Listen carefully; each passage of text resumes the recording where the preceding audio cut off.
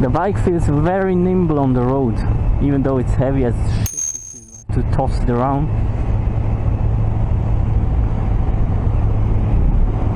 But I have to say I like it a lot for what it is. It has a very smooth motor,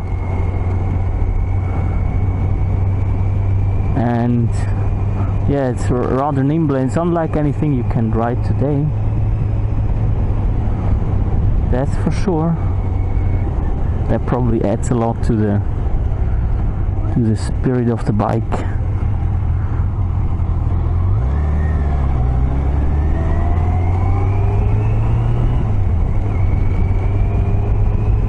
The clutch is very nice, and there are not a lot of misshifts, I have to tell you, but sometimes it happens. It goes into false neutral. I think I need to rework the whole clutch.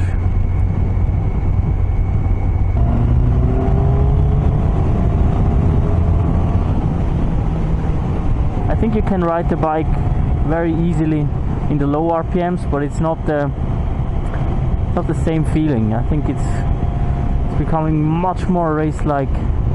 If you cross 5,000, 6,000, that's when the strong mid-range kicks in, and that's when the bike is best to drive.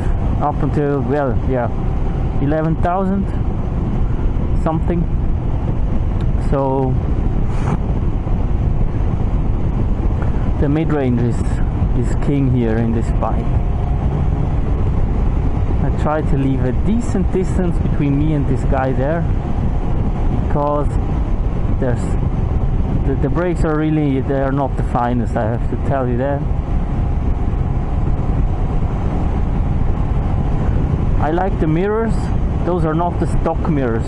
I heard the stock mirrors, they are quite narrow, and you see a lot of your shoulders, but not much of the street behind you.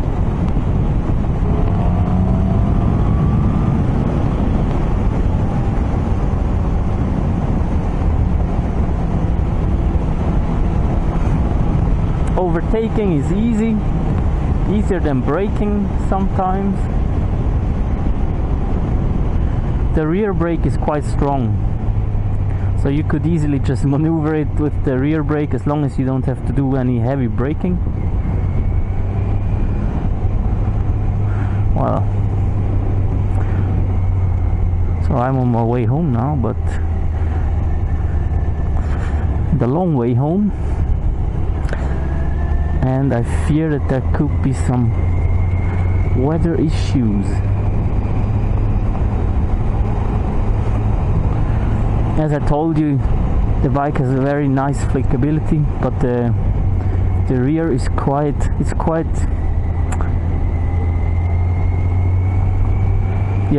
there's no medium handling. It's either full or not at all. The bike has a fairly long wheelbase, no, 1485 millimeters I think, so almost 1.5 meters, which is fairly long. Oh, there are bikes even at the same epoch which were much shorter.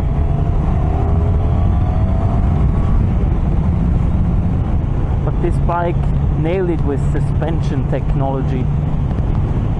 It made it feel pretty much like one of those two strokes, at least when it's driving. It's definitely not, I mean, unsprung weight is much different, and a lot of things are different. It's not a two-stroke. It doesn't feel like a two-stroke, but it feels not like a 236 kilogram bike, but more like a, I don't know, 200.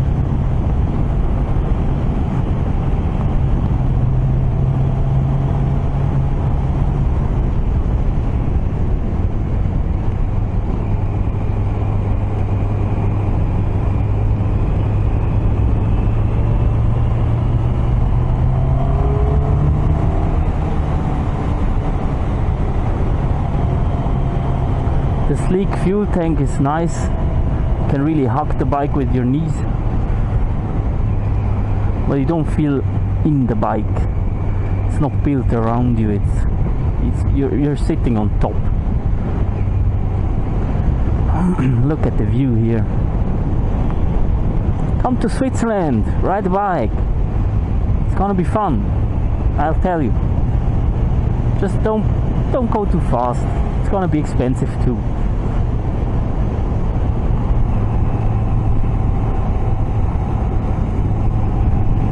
So I'm part of a beginner riders group now. Yeah.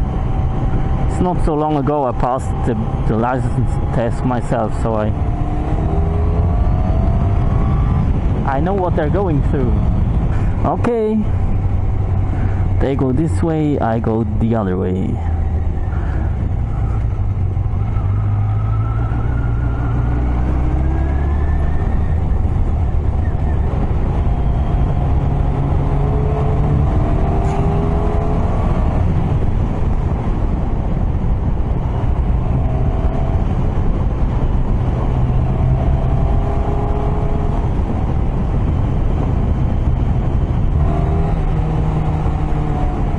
So you can feel the power of the engine. The bike wobbles and makes its noises.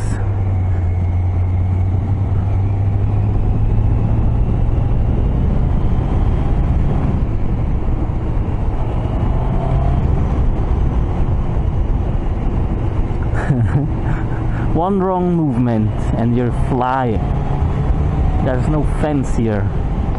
It's just a 10 centimeters wall, which will keep you, well, which will keep nobody, not even cars, from falling over the cliff there. So you need to brake quickly,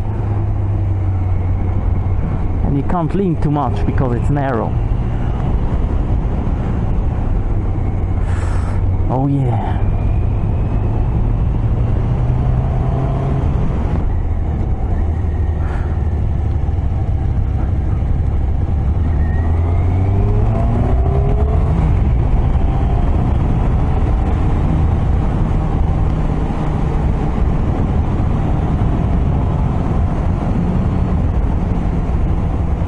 I tell you, it's really nice. There's not much work you need to do to get this bike around the corners.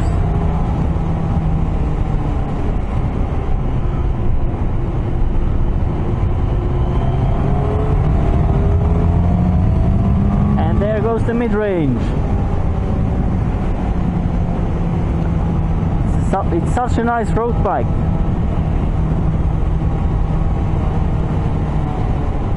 Except for the brakes, they could be a bit more spot on, but